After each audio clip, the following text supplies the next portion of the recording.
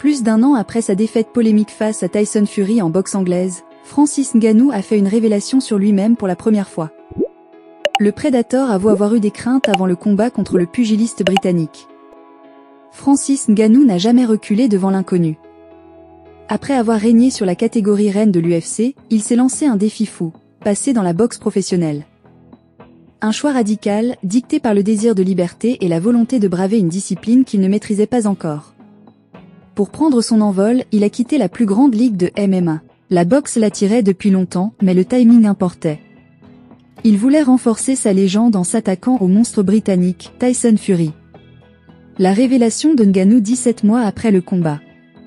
Le chemin vers ce combat historique n'a pas été simple. Ngannou portait un lourd fardeau, il sortait d'une opération du genou particulièrement délicate.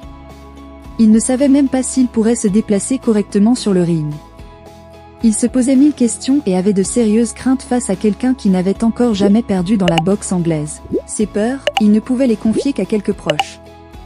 Loin des caméras, il s'entraînait sans relâche pour reconquérir confiance et explosivité. J'étais là à me questionner pour savoir si je pourrais aller jusqu'à 3 rounds, 4 rounds, si je pouvais y parvenir. Je me bats contre un gars qui a énormément d'expérience dans sa carrière, il a fait des tonnes de fois, ce n'est pas mon cas, a déclaré Francis Ngannou. En face, Tyson Fury, champion incontesté, rôdait. Connu pour sa technique, sa puissance et sa capacité à encaisser, il incarnait l'obstacle ultime. Beaucoup jugeaient la mission de Ngannou quasi impossible. Boxeur inexpérimenté, genou fragile. Les pronostics lui donnaient peu de chances de survivre aux assauts du Gypsy King. Ngannou savait tout cela. Il regardait les vidéos de Fury, étudiait ses déplacements, et essayait de trouver une faille. Chaque soir, il se demandait si son rêve allait se transformer en cauchemar. Mais son obsession du dépassement l'a poussé à rester debout, coûte que coûte. Est-ce que je vais pouvoir me tenir debout sur ce genou à nouveau? Est-ce qu'il va tenir? Parce que j'ai eu une grosse opération au genou, avec beaucoup de complications. Et pendant plus d'un an, je ne pouvais pas marcher correctement, la rééducation était compliquée. A-t-il ajouté. Finalement, il a choqué le monde face à Tyson Fury. Pour préparer ce choc, Ngannou a changé sa routine. Plus de combats au sol, plus de projections, mais des séances à haute intensité destinées à peaufiner son JAB, sa garde et son jeu de jambes. Il révisait sans relâche ses déplacements, conscient que dans un sport aussi précis que la boxe, la moindre erreur peut se payer cher. Il repoussait ses limites, teste son genou blessé. Chaque matin, il craignait de ressentir une douleur insupportable. Pourtant, la peur ne l'a jamais paralysé, elle l'a rendu plus prudent, mais aussi plus déterminé.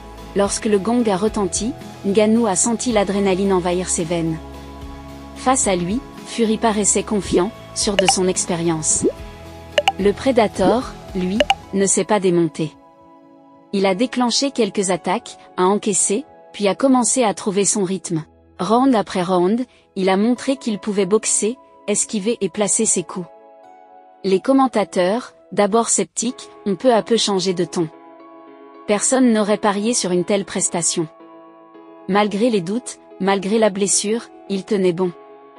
Une véritable résurrection sportive se déroulait sous les yeux des spectateurs. À l'issue du duel, Francis Ngannou n'a pas soulevé la ceinture. Il ne l'a pas emporté officiellement.